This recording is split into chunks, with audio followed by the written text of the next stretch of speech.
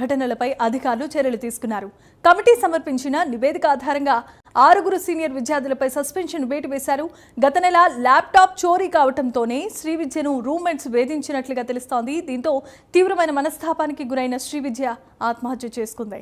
శ్రీవిద్య మృతిపై register committee ఏర్పాటు చేయడం జరిగింది. కమిటీ నివేదిక ఆధారంగా 6 విద్యార్థులపై సస్పెన్షన్ వేటు వేసినట్లు చెబుతున్న యూనివర్సిటీ రిజిస్ట్రార్ రామచంద్రతో మా correspondent Tirupati face to face.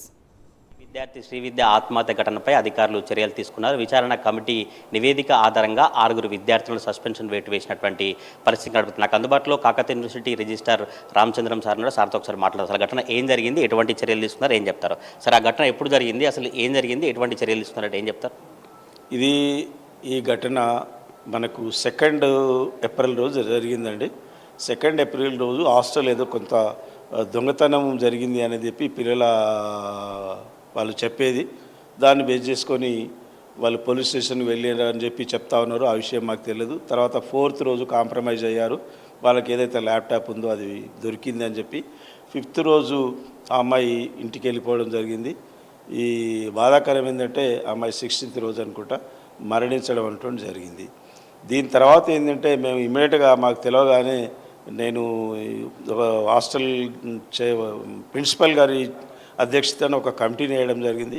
ఆ కమిటీ ఏంటంటే వాళ్ళు తరోగా ఎంక్వైరీ చేసి అన్ని రకాల వ్యక్తులతోని ఎంక్వైరీ చేసిన తర్వాత ఒకవైపు పిల్లల తల్లిదండ్రులతోని నెక్స్ట్ ఏంటంటే ఇప్పుడు అమ్మాయి ఈ శ్రీవిద్య వాళ్ళకి సంబంధించిన వాళ్ళతోని ఇప్పుడు ఏదైతే సీనియర్స్ ఉన్నారో ఆ సీనియర్స్ వీళ్ళందరినీ ప్రత్యేకంగా వాళ్ళను కలిసి ఒక నివేదిక తయారు చేయడం జరిగింది.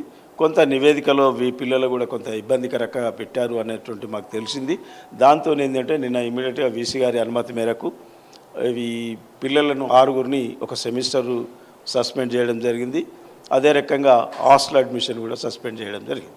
సార్, పద్మాక్షి హాస్టల్లో ఎంతమంది ఉంటారు సార్? వీళ్ళు జూనియర్లు ఎంతమంది ఉంటారు, సీనియర్లు ఎంతమంది ఉంటారు, ఎట్లా ఉంటుంది అక్కడ సిచ్యువేషన్? ఎగ్జాక్ట్లీ నెంబర్ అయితే మీకు నేను చెప్పలేను, డైరెక్టర్ గారు దానికి చెప్తారు. పద్మాక్షి హాస్టల్లో మనకు దాదాపు ఏంటంటే యూనివర్సిటీ ఒకప్పుడు అమ్మాయిలకు సరిపోయినటువంటి హాస్టల్ సరిపోయే రకంగా హాస్టల్ ఉండేది. అప్పుడు 80% అబ్బాయిలు ఉండేది, 20% మాత్రమే అమ్మాయిలు ఉండేది. ఇప్పుడు అది కొంత రివర్స్ అయింది. 80% అమ్మాయిలు అయినరు, 20% అబ్బాయిలు అయినరు. ఈ పరిస్థితుల్లో ఏంటంటే ఒక్కొక్క రూమ్లో 4, 5 ఉండేటువంటి పరిస్థితి ఉన్నది. ఆ పరిస్థితుల్లో ఏంటంటే రూములు సరిపోవడం అనేటువంటిది కొంత విషయం ఉంది. దాన్ని దృష్టిలో పెట్టుకొని గవర్నమెంట్కి మేము చాలా ఒక ట్రైబల్ వెల్ఫేర్ ఒక 2 హాస్టల్స్, ఇంకొక 2 హాస్టల్స్, 4 హాస్టల్స్కు ప్రపోజల్ పెట్టినాం. ఆ ప్రపోజల్స్ గవర్నమెంట్లో ఉన్నాయి. తర్వాత నిన్న కూడా మొన్న జరిగినటువంటి ఈసీలో కూడా ఒక 26 రోజు జరిగిన ఈసీలో కూడా ఇంకొక 2 హాస్టల్స్ కూడా ప్రపోజల్ తీసుకోవడం జరిగింది. ఇవన్నీ కూడా ఏంటంటే గవర్నమెంట్ ఆధీనంలో ఉండడం, గవర్నమెంట్ శాంక్షన్ ఇమీడియట్గా చేయకపోవడం వల్ల కొంత లేట్ అవుతుంది. అవి త్వరలో వస్తే హాస్టల్ సమస్య అనేటువంటిది మనకు పోతుంది.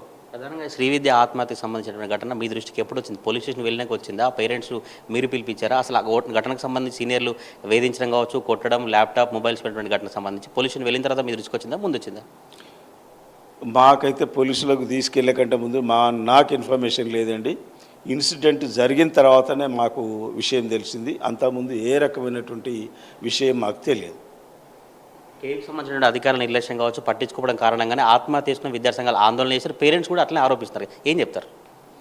నేనైతే నిర్లక్ష్యం అని చెప్పి నేను ఒక రిజిస్ట్రార్గా నేను చెప్పలేనండి. అధికారుల దృష్టికి తీసుకెళ్ళినప్పుడు తప్పకుండా తీసుకెళ్తారు. ఒకవేళ కూడా రియల్గా ఈ కమిటీలో అధికారుల నిర్లక్ష్యం ఉన్నది అని చెప్పి అనుకుంటే అవసరం ఉంటే అధికారుల మీద కూడా మేము యాక్షన్ తీసుకోవడానికి వెనక్కిపోం. ఈ విచారణలో ఏం తెలియదండి, శ్రీవిద్య దొంగతనం చేసిందా లేదంటే అసలు విచారణలో ఎటువంటి అంశాలు బయటకు వచ్చాయంటే? ఇవన్నీ ఇప్పుడు డీటెయిల్గా పూర్తి రిపోర్ట్ రాంది నేను చెప్పలేనండి. ఒకవైపు పోలీసు ఎంక్వైరీ జరుగుతుంది, రెండో వైపు మదిరా పోలీసు ఉంది, ఇక్కడ కాకతీయ యూనివర్సిటీ పోలీసు ఉంది, ఇంటెలిజెన్స్ ఉంది. తర్వాత మా కమిటీ రిపోర్ట్ ప్రైమరీ రిపోర్ట్ వచ్చింది. కాబట్టి మనం ప్రైమరీగా రిపోర్ట్ రాగానే మీరు ఏం మెజర్స్ తీసుకున్నారు అనడానికి కారణం దాంతో మేము ఇమీడియట్గా వాళ్ళను టెంపరీగా సస్పెండ్ చేయడం జరిగింది. పేరెంట్స్ ఏమి ఆందోళన చెందాల్సిన అవసరం లేదు. ఈ యూనివర్సిటీలో వదిలిపెట్టడం సరిపోయిందని కాకుండా మీరు కూడా కొంత మీ పర్యవేక్షణ కూడా ఉండాలని చెప్పి నేను కోరుకుంటున్నాను. ఈ ఘటనకు సంబంధించి చర్యలు తీసుకున్న తర్వాత శ్రీవిద్య పేరెంట్స్ కావచ్చు, లేదంటే ఈ 6 సంబంధించిన విద్యార్థులు వాళ్ళ పేరెంట్స్ మీతో మాట్లాడారు సార్?